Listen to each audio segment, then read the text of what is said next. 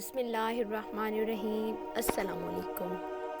غزوہ خیبر کے موقع پر ایک چرواہا حضور اقدس صلی اللہ علیہ وآلہ وسلم کی خدمت میں آیا۔ وہ یہودیوں کی بکریاں چرایا کرتا تھا۔ اس چرواہے نے جب دیکھا کہ خیبر سے باہر مسلمانوں کا لشکر پڑاؤ ڈالے ہوئے ہے، اس کے دل میں یہ خیال آیا کہ میں جا کر ان سے ملاقات کروں اور دیکھوں کہ یہ مسلمان کیا کہتے ہیں اور کیا کرتے ہیں۔ چنانچہ بکریاں چراتا ہوا مسلمانوں کے لشکر میں پہنچا اور ان سے پوچھا کہ تمہارے سردار کہاں ہیں؟ صحابہ کرام نے بتایا کہ ہمارے سردار حضور صلی اللہ علیہ وسلم اس خیمے کے اندر ہیں۔ پہلے تو اس چرواہے کو ان کی باتوں پر یقین نہیں آیا۔ اس نے سوچا کہ اتنے بڑے سردار ایک معمولی سے خیمے کے اندر کیسے بیٹھ سکتے ہیں۔ اس کے ذہن میں یہ خیال تھا کہ جب آپ اتنے بڑے بادشاہ ہیں تو بہت ہی شان و شوکت اور ٹھاٹ باٹ کے ساتھ رہتے ہوں گے، لیکن وہاں تو کھجوروں کے پتوں کی چٹائی سے بنا ہوا خیمہ تھا۔ خیر، وہ اس خیمے کے اندر آپ سے ملاقات کے لیے داخل ہوا اور آپ سے ملاقات کی اور پوچھا کہ آپ کیا پیغام لے کر آئے ہیں اور کس بات کی دعوت دیتے ہیں۔ حضور صلی اللہ علیہ وسلم نے اس کے سامنے اسلام اور ایمان کی دعوت رکھی اور آپ صلی اللہ علیہ وسلم نے اسلام کا پیغام دیا۔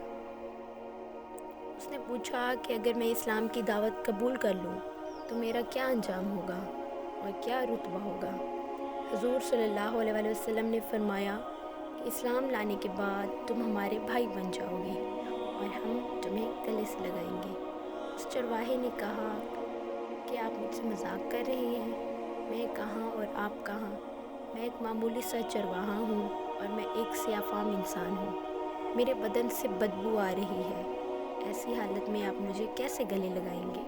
حضور اقدس صلی اللہ علیہ وسلم نے فرمایا، ہم تمہیں ضرور گلے سے لگائیں گے اور تمہارے جسم کی سیاہی کو اللہ تعالیٰ تبانی سے بدل دیں گے اور اللہ تعالیٰ تمہارے جسم سے اٹھنے والی بدبو کو خوشبو سے تبدیل کر دیں گے۔ یہ باتیں سن کر وہ فوراً مسلمان ہو گیا اور کلمہ شہادت پڑھ لی۔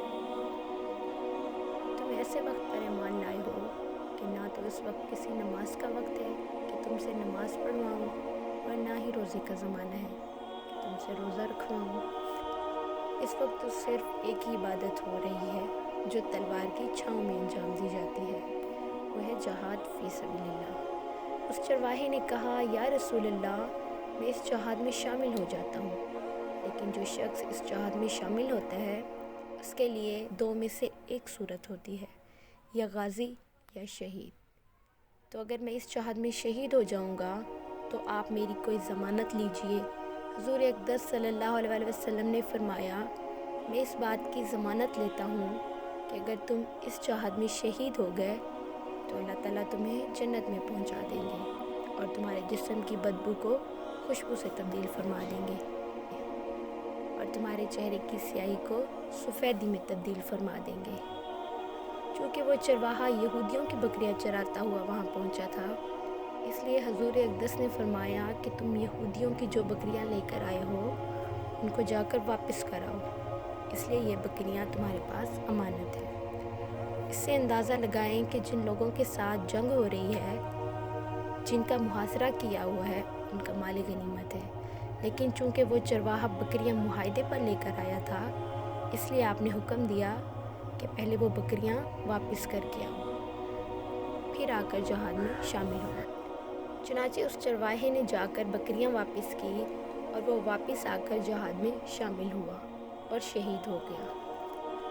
جب جنگ ختم ہو گئی تو حضور اقدس لشکر کا جائزہ لینے لگے۔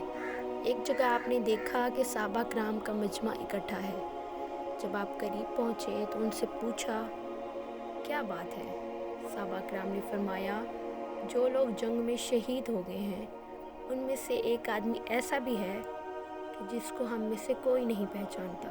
آپ نے فرمایا، مجھے دکھاؤ۔